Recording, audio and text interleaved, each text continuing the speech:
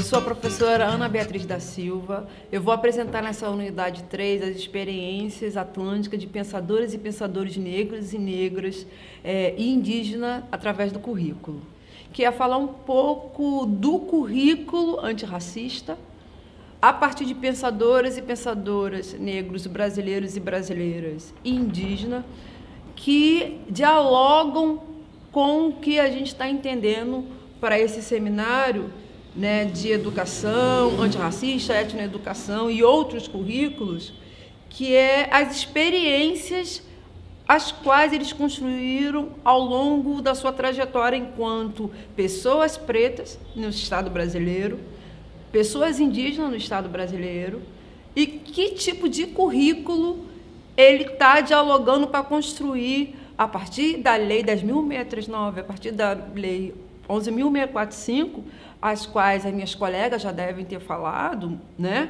muito, mas é interessante notar que a gente está trabalhando sobre gramáticas descolonizadoras a partir de currículos antirracistas que diz muito sobre o país no qual a gente está, que é o Brasil, que é uma sociedade moderna colonial, racista, cis-heteropatriarcal, né, homofóbica, racista, capitalista. E, nesse sentido, essas pessoas, né, essas pessoas pretas, esses pensadores pretos, eles construíram, a partir dos seus corpos, a partir dos seus pensamentos, e aí a gente está chamando de pensamentos outros, outras unidades curriculares para estar trabalhando na escola, para estar trabalhando na universidade, para estar trabalhando nos seus espaços de atuações. E aí eu vou começar falando um pouco da professora Zoilda Loreto da Trindade. É interessante notar que esses currículos antirracistas, ele é construído a partir do movimento social negro brasileiro, do movimento negro colombiano, do movimento negro na América Latina, né? E dos movimentos indígenas. Esse currículo que a gente está tentando trazer para dialogar com vocês, ele é um currículo estabelecido no chão da escola, ele é um currículo feito por camadas de pessoas subalternizadas nessa América, nessa Afro-América Latina, que diz que esse corpo preto, né, esse corpo indígena, não pensa, não é um sujeito, né?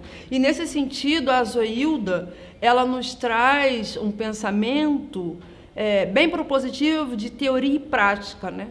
Que nada mais é que uma prática pedagógica que a gente está entendendo como decolonial, uma prática pedagógica outra, né? A Zoilda foi uma professora aqui no Brasil, que trabalhou com formação de professores, né? Com a implementação e desdobramento da obrigatoriedade da Lei 10.639. Mostrou que era importante, era preciso que pessoas que trabalhassem com a educação tivessem um comprometimento político na sua própria forma de fazer o papel do educador, porém, a Zoilda traz uma leitura do afeto. Ela entendia que o afeto e a afetividade interferem na construção da existência das identidades negras, né? Que isso refletia o legado dos assuntos que permeiam as relações étnico-raciais, né? E, nesse sentido, é interessante notar que a Zoilda, ela traz a questão do afeto e afetividade porque também nos negam essa questão do corpo preto de ter esse afeto e essa afetividade. Então, é preciso colocar a Zoilda como uma pensadora negro-afro-latino-americana de suma importância para a educação brasileira. E trazendo outro pensador, né, um grande intelectual, né, um grande ativista, um dos grandes intelectuais negros do Brasil do século XX, que foi Abdias do Nascimento, onde Abdias do Nascimento, um grande griot nosso, né, o movimento negro brasileiro, o movimento social negro brasileiro, ele é pautado por Abdias do Nascimento desde a Frente Negrina, quando Abdias, ainda jovem, faz parte na década de 30. E aí Abdias do Nascimento, político, dramaturgo, foi político brasileiro, ator, professor, ele tem diversas qualidades, né? Mas ele é muito conhecido no Brasil pela sua luta antirracista, né? E, sobretudo, sobre o Teatro Experimental do Negro, que é o TEM, onde ele falava da representatividade negra, da dignidade do povo negro, a partir das artes cênicas. Então, é interessante notar que o TEM, que é o Teatro Experimental do Negro, de 1944 a 1961, encenou várias peças, porque a população negra não tinha espaço para dramaturgia, né, brasileira. Então, ele cria esse teatro. E dentro desse teatro, ele traz, não só ele não cria sozinho, tem outros artistas, outros intelectuais como Solano Trindade, como outras atrizes como Ruth de Souza, Léa Garcia, Maria Gonçalves, entre outros. É interessante notar que Abdias do Nascimento, ele levou a luta antirracista para a própria promoção e diálogo com a Constituição Brasileira de 1946. Né? E aí ele influencia a primeira lei, né, que fala sobre a questão voltada para coibir o racismo, que é a Lei Afonso Arinos. Então, assim, Abdias do Nascimento, ele é uma pessoa-chave nesse país. Nesse sentido, né, a partir desses descritores que eu coloquei, Azoildo e Abdias, a gente chega a uma pensadora intelectual negra de profunda riqueza no sentido aos conceitos, a sua forma de lidar sobre a questão antirracista, que é Lélia Gonzalez, né? Lélia Gonzalez nasceu em 1935 e viveu até 1994. Ativista, professora, grande intelectual, né?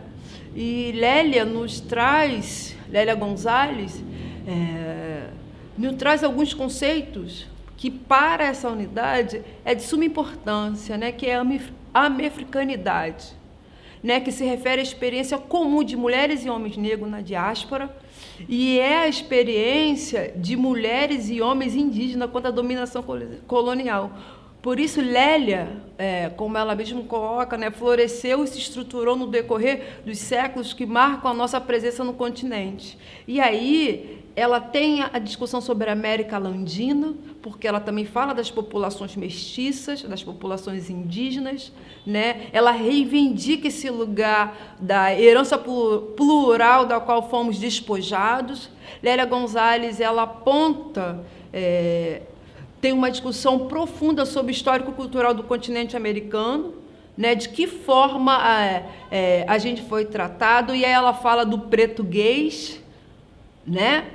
A forma que nós falamos enquanto pessoas com todas as crenças, com todas as suas histórias.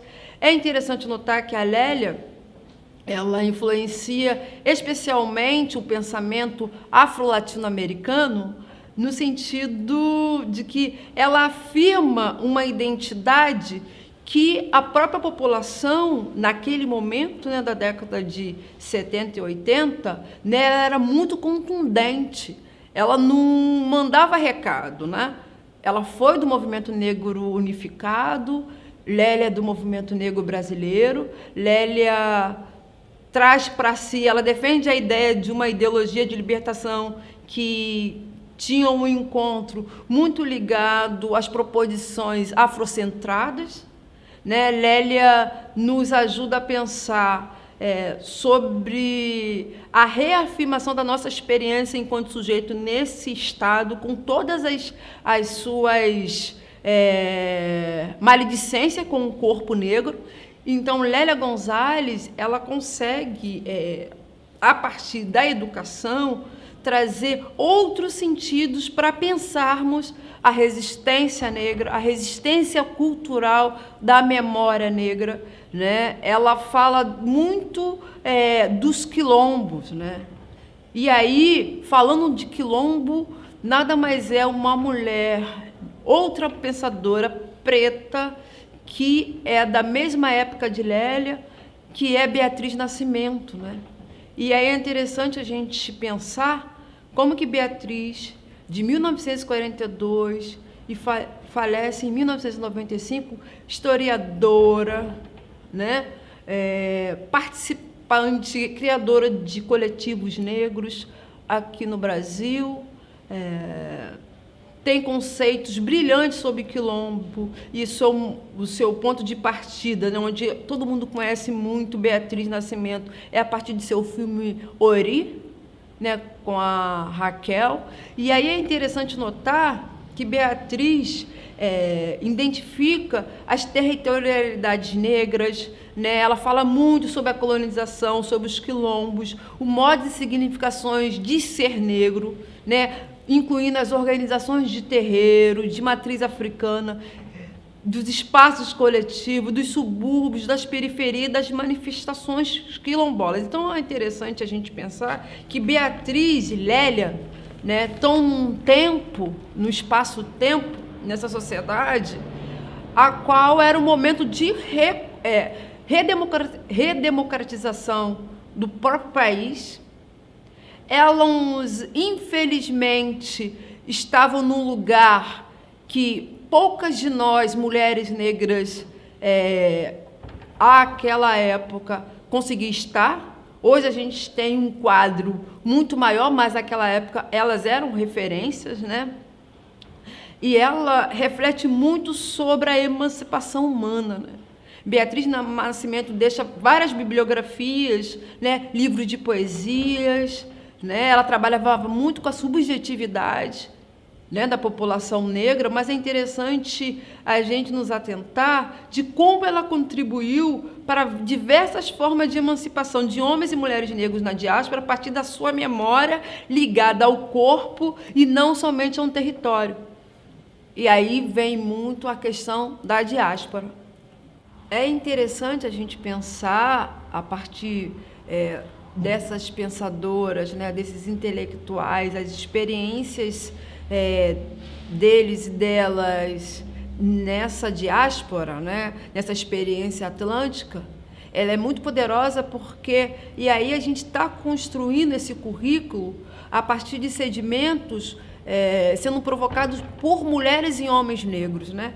Esse currículo que a gente está indo e voltando, ele é construído, está construindo mentalidade, está construindo intelectuais a partir dessas premissas, né? Essas premissas que é baseada no movimento social, é baseada no movimento comunitário, ele é construído no quilombo, ele é construído na aldeia indígena, ele é construído a partir de outros corpos. Nesse sentido, eu trago aqui as pensadoras, que eu estou entendendo como pensadoras, né, da educação brasileira, que é Nilma Lino Gomes, ex-ministra, né, do Brasil, né, no governo da Dilma.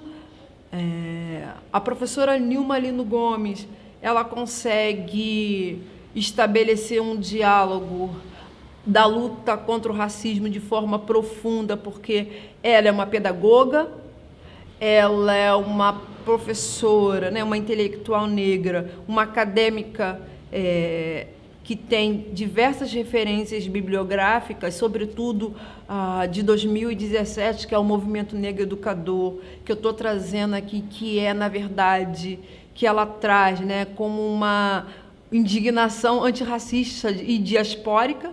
Ela, nesse livro, nessa sua referência bibliográfica, que eu falo que é um marco na própria, não na história da professora Nilma, mas, no entanto, no pensar, né, que ela faz várias provocações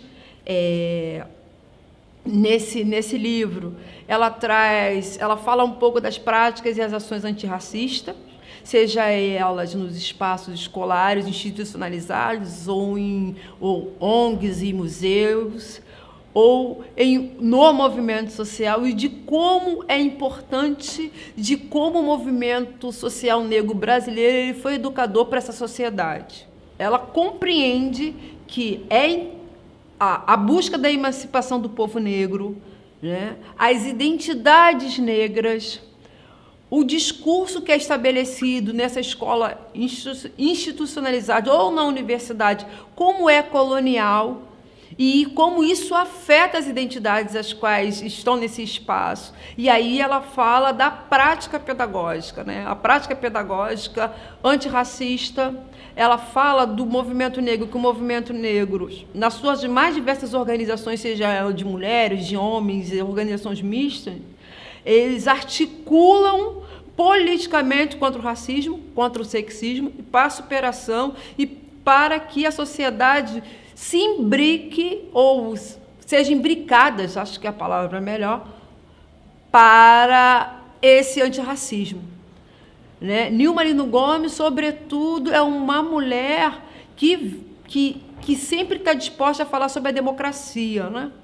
Ela coloca a questão da democracia como um dos pilares para a luta antirracista. Não existe uma coisa sem a outra. É preciso, na verdade, como a própria Nilma coloca, que o debate sobre as questões étnico-raciais seja um comprometimento do educador, né, e da educadora. E aí eu trago uma outra educadora, uma outra professora Petronília Beatriz Gonçalves, uma gaúcha de uma parte da região sul do Brasil, né, uma região que foi colonizada por europeus. Né? A professora Petronília nos ajuda a pensar, nos chama de responsabilidades, né, do combate ao racismo. Né? As políticas de ações afirmativas, a Lei 10.639, surge muito das discussões nas trincheiras que essa pesquisadora fez, enquanto pesquisadora, enquanto intelectual negra. Né?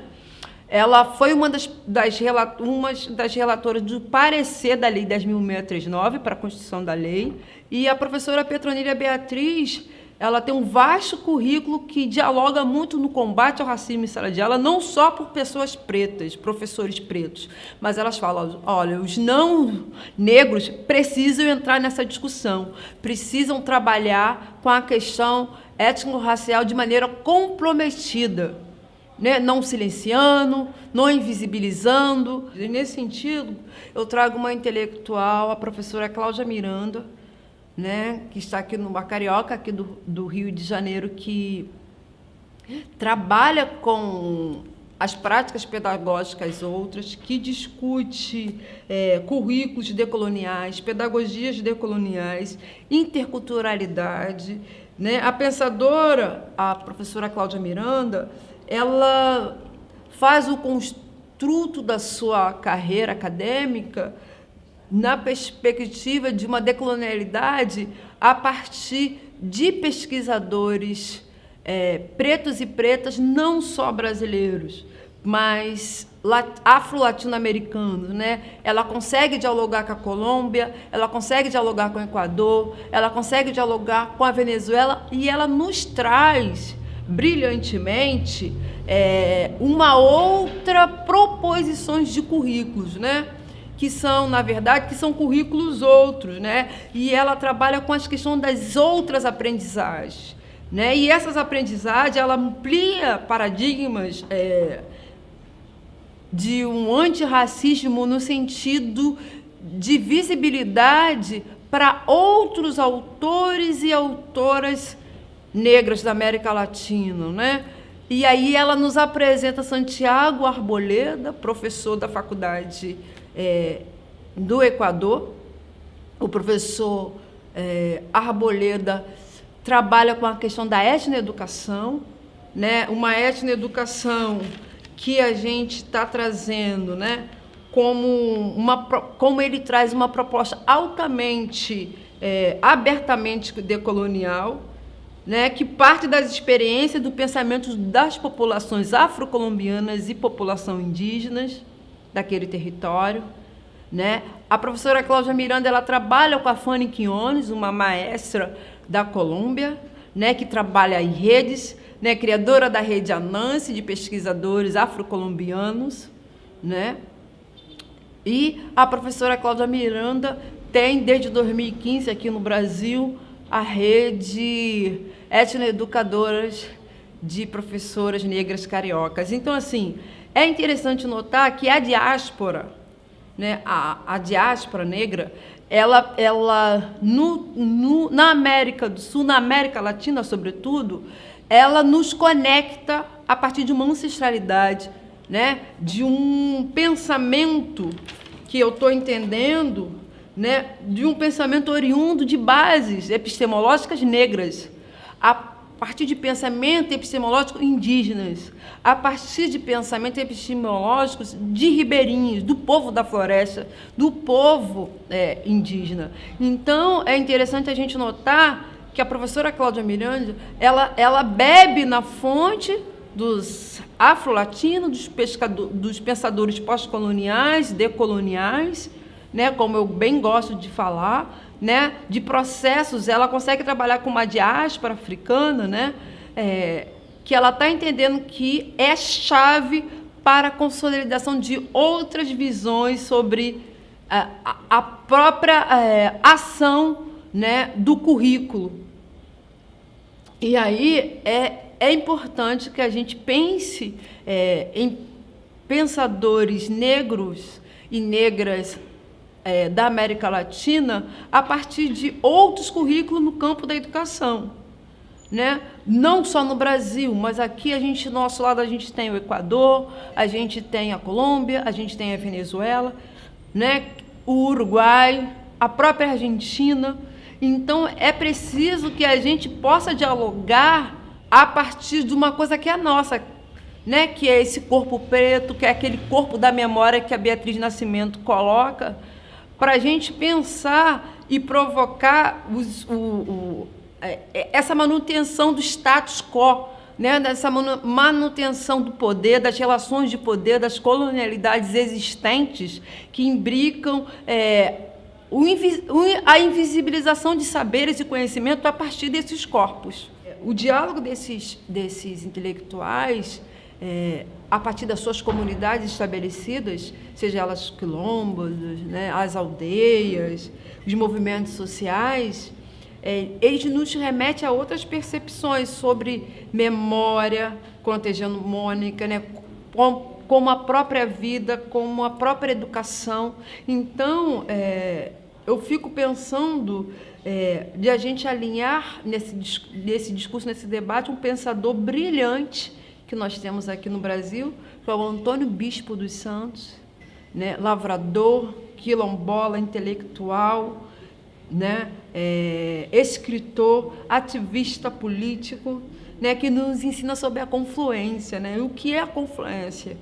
É a lei que rege a relação da convivência entre os elementos da natureza e nos ensina que nem tudo que se ajunta se mistura, ou seja, nada é igual. A chave para isso é a forma respeitosa, orgânica e biointerativa com todos os elementos vitais, que é a chave para a gente compreender das questões que interessam a todas as pessoas, que sem a terra, sem a água, sem o ar, sem o fogo, não haverá condições sequer para pensarmos em outros meios. Então, o Antônio Bispo, né, líder quilombola, tem diversas referências, né? Aqui no Brasil ele está sendo muito do Piauí, ele nos coloca nesse lugar para pensar sobre o nosso corpo e a própria natureza, né? A própria colonização que ela nos tornou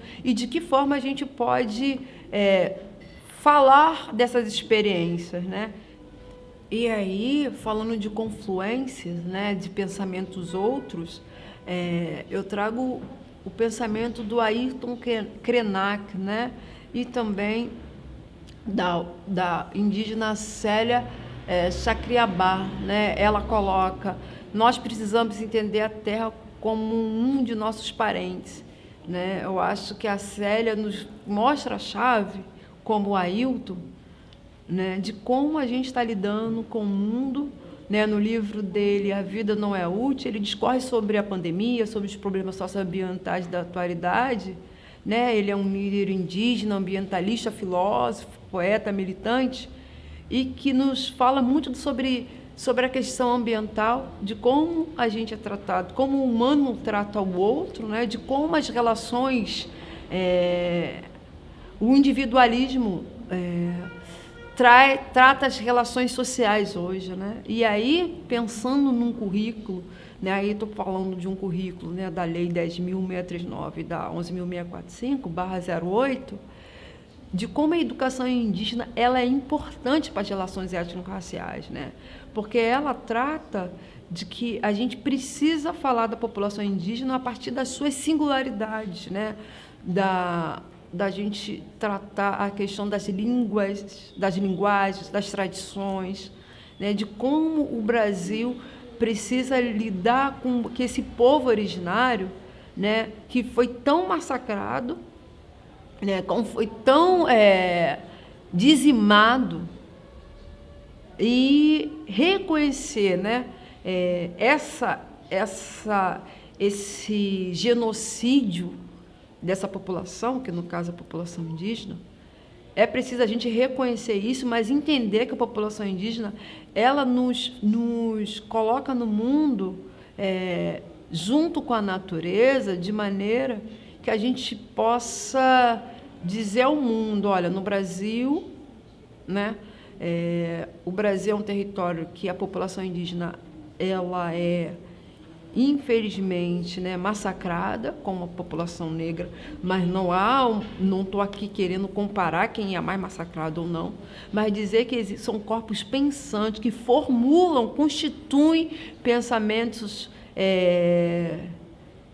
juntamente com os quilombolas, juntamente com os povos da floresta, né, que na verdade o Ailton e a própria Célia, eles vivem em prol da defesa da população indígena e dos povos das florestas, né? De que é preciso ter um pensamento circular sobre essa população, né? E ter essa capacidade, né? Essa capacidade grande de alteridade das identidades construídas é um passo para o homem branco, né? É um passo reconhecer o outro como humano, reconhecer o outro como um intelectual, né? A partir das suas vivências na mata, né? O colonizador nos provocou, nos colocou numa encruzilhada de que a gente não consegue pensar para além dela. E aí o Ailton Krenak, quanto a Célia, nos provoca o tempo todo, né, de pensar não só o corpo, a nossa narrativa, as nossas identidades históricas, mas também a circularidade desse pensamento, né, da importância dessa população. E aí, pensando nesses negros e negras indígenas a partir do currículo, eu já encaminhando para a finalização dessa unidade 3, dessas experiências atlânticas, eu trago Frantz Fanon, né, em sua frase: desperto um belo dia no mundo e me atribuo um único direito, exigir do outro um comportamento humano, né, que diz muito do que Ailton Krenak e a Célia colocam, diz muito do que o Antônio Bispo coloca, né, sobre a questão da colonização, né, mas de como a gente vai reagir a isso, né? E aí eu sempre penso, a partir de Fanon, no sentido da possibilidade de aparecer um novo homem, e aí eu estou falando das pessoas, né, uma nova humanidade, a partir de uma crítica contundente à violência colonial estabelecida nessa sociedade, né, que eu já disse que é racista, cispatriarcal, capitalista, né, sustentada e subjugada pela questão racial. Então, eu termino essa unidade falando desses deslocamentos, né, dessas mobilizações, dessas mobilidades, dessas gramáticas descolonizadoras, desses intelectuais pretos e pretas, que nos ajudam, né, a pensar e se apropriar dessa experiência atlântica a partir de uma mirada, que eu estou entendendo, ao sul, e uma mirada ao sul americana, como a própria Lélia coloca, e que a gente possa, de fato, a partir do ser e do saber, né, e da natureza, que a sociedade possa entender que esses corpos, né, essas pedagogias outras, esses currículos outros, né, essa pedagogia emancipatória, possa vir de corpos negros e negras e indígenas, né, e de povos da floresta, de forma a estabelecer para a sociedade outros conhecimentos e outros saberes.